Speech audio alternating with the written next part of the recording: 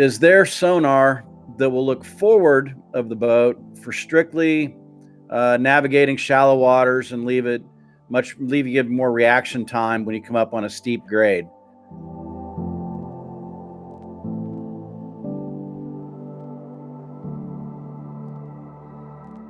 Yeah, this is a great question, Bob. This is one that we get all the time, and this is a technology that is out there.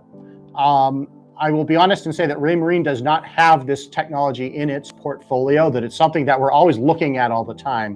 One of the reasons that we don't have it in our portfolio is that this is probably the hardest sonar technology of all to be implemented, because a customer's expectation level for what this sonar has to do is very, very high, right? You want to use this for collision avoidance, to not run aground when you're running at speed. When the reality is this technology that as it is out there now works very well, but it is primarily for low speed applications. So you can't be running at a full clip down the bay and then be alerted hundreds of feet in advance to shallow water so that you have time to slow down.